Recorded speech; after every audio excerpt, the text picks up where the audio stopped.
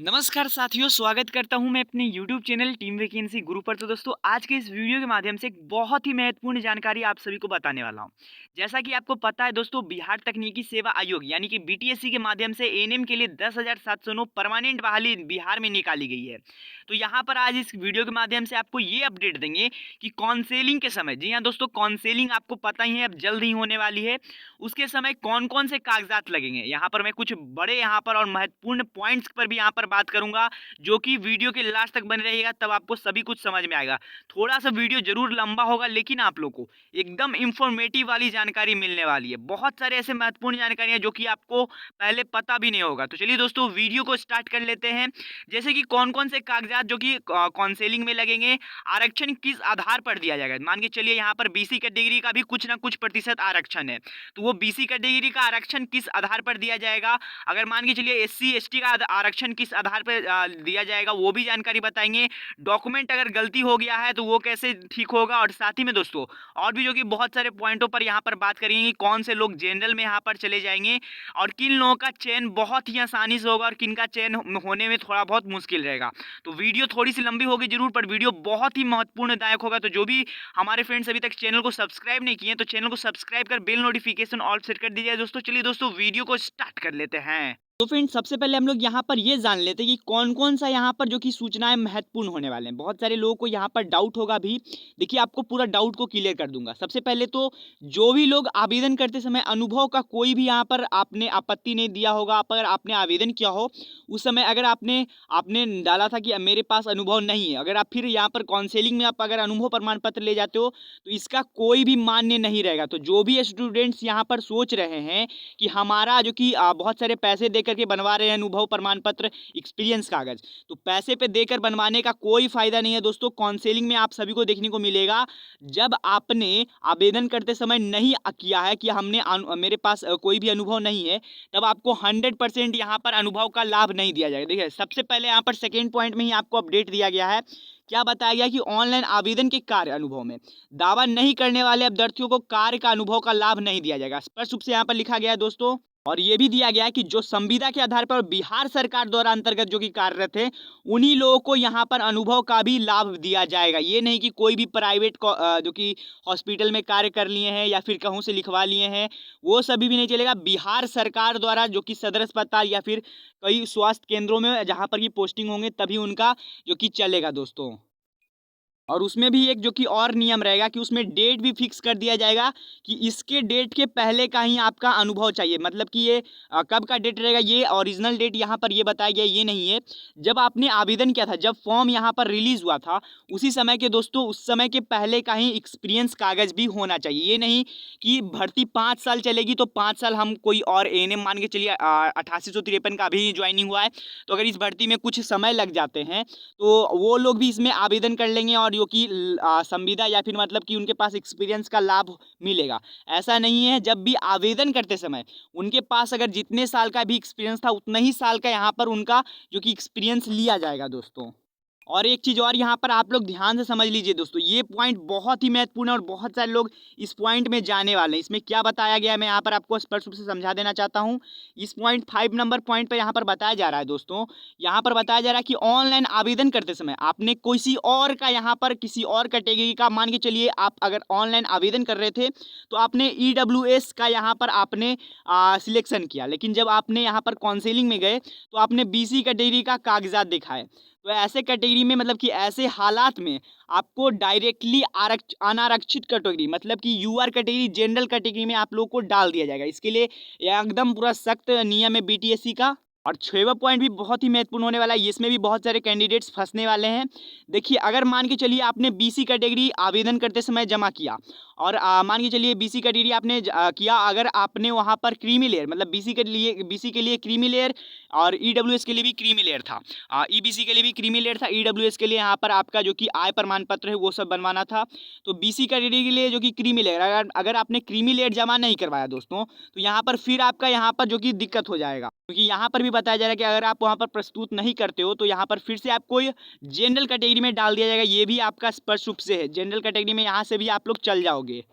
और ये 8वां पॉइंट जो कि बहुत सारे लोगों के लिए महत्वपूर्ण होने वाला है कि विज्ञापन, देखिए विज्ञापन जो भी आवेदन करने का अंतिम सीमा, उम्र सीमा दिया गया था, अगर उस उम्र सीमा से आप आगे हो जब आप आवेदन कर रहे थे, मान के चलिए यहाँ पर आप जब आवेदन कर रहे थे तो ठीक था, तो यहाँ पर आपका कोई भी दिक्कत नहीं होगा। अगर यह भर्ती कितना भी लेट होता है तो आपको उस भर्ती का मतलब कि ये नहीं कि आपको फिर बोल दिया जाए कि आपका उम्र बड़ा हो गया या फिर जो भी, ये सभी चीज़ नहीं होंगे। लेकिन अगर आपका वहाँ पर अगर उम्र सीमा में आगे पीछे होगा तो यहाँ पर आपको फॉर्म रिजेक्ट कर दिया जाएगा। साथ ही में दोस्तों, जो भी स्टूडेंट्स यहाँ पर अंक देने में या फिर कोटि परिवर्तन में होने में आपत्ति होंगे, उन पर विचार नहीं किया जाएगा। एकदम स्पष्ट रूप से लिखा गया है कि जो भी कार्य अंक, जो कि कार्य अनुभव का अंक और कोटि है, जो कि मतलब आपका जो कि कैटेगरी है और कार्य अनुभव, ये दोनों पर यहाँ पर आप कह सकते हो कि एडिटिंग नहीं होगा, मतलब कि इसमें सुधार नहीं किया जा सकता है।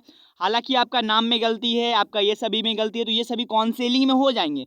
मान के चलिए आपके नंबर में भी थोड़ा बहुत गलती है, तो वो आपको काउंसलिंग में सुधार हो जाएगा। पर यहाँ पर ये नहीं कि कार्य अनुभव में अगर गलती आपने आवेदन करते समय किया है, तो वो सभी यहाँ पर आवेदन मतलब कि फिर से एडिटिंग करके नहीं हो सकता, मतलब कि आपका ऑब्जेक्शन करोगे तब पर भी नहीं होगा दोस्तों।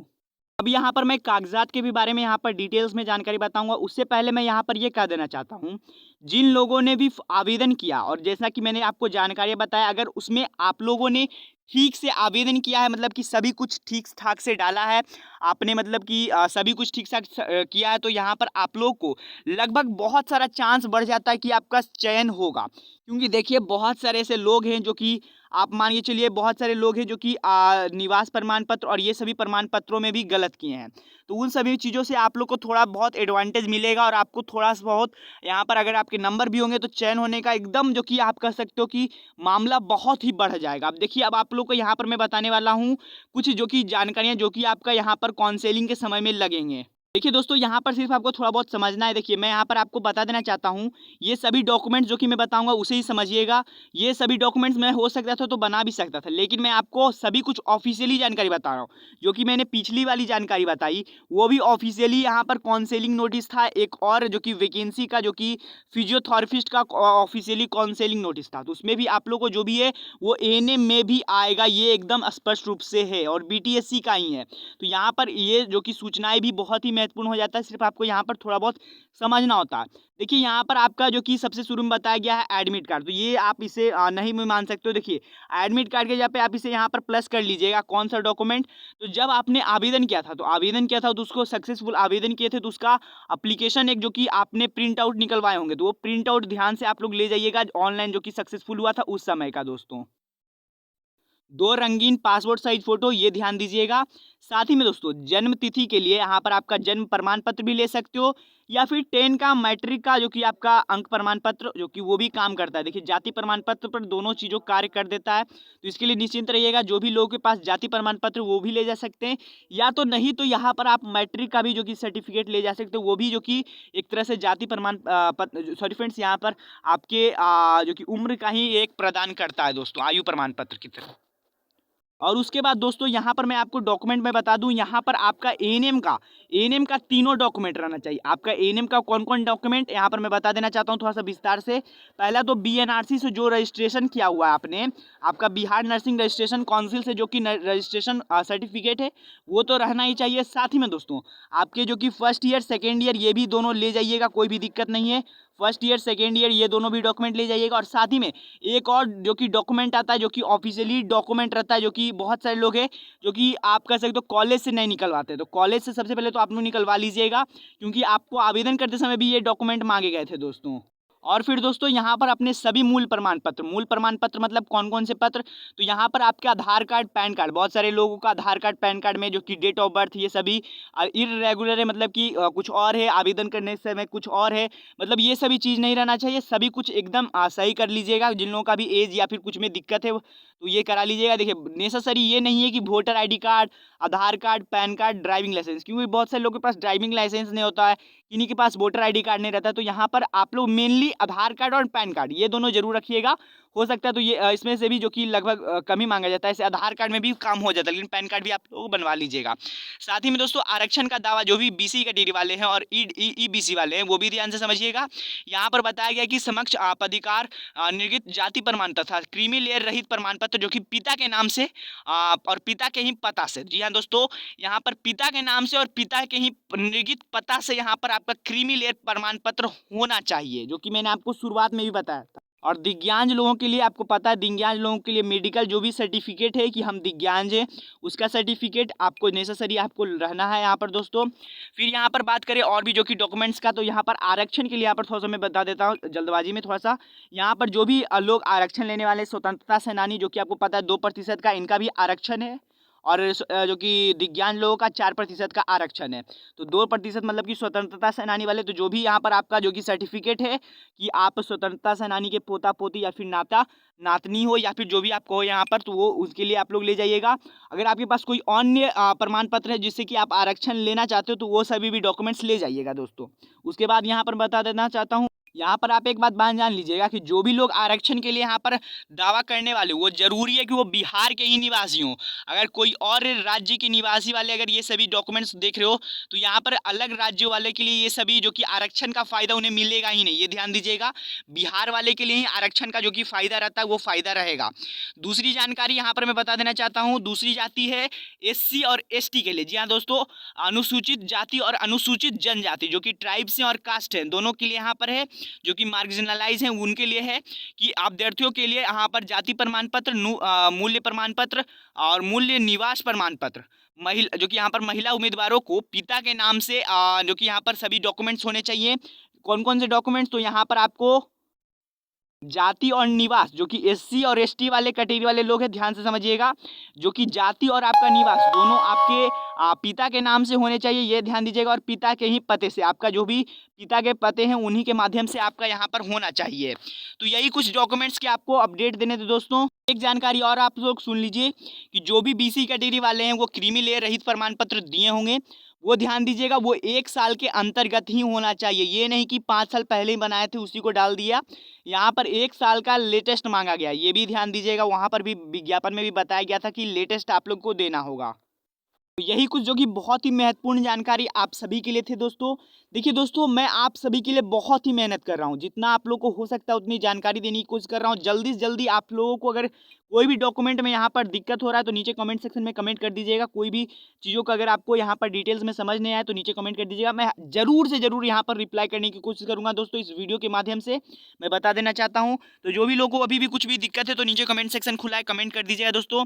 देखिए यही सभी डॉक्यूमेंट्स आप लोग एक बार अगर आपको समझ में नहीं आए तो एक बार जरूर और देख लीजिएगा। पूरी जानकारी यहाँ पर मैंने लगभग बता दिया है कि क्या क्या चीज़ और कौन से जगह से यहाँ पर बनवाना होता है, क्योंकि बहुत सारे कैंडिडेट जब आवेदन किए थे उस समय बहुत सारे लोगों को यहाँ पर गलतियाँ हुई थी।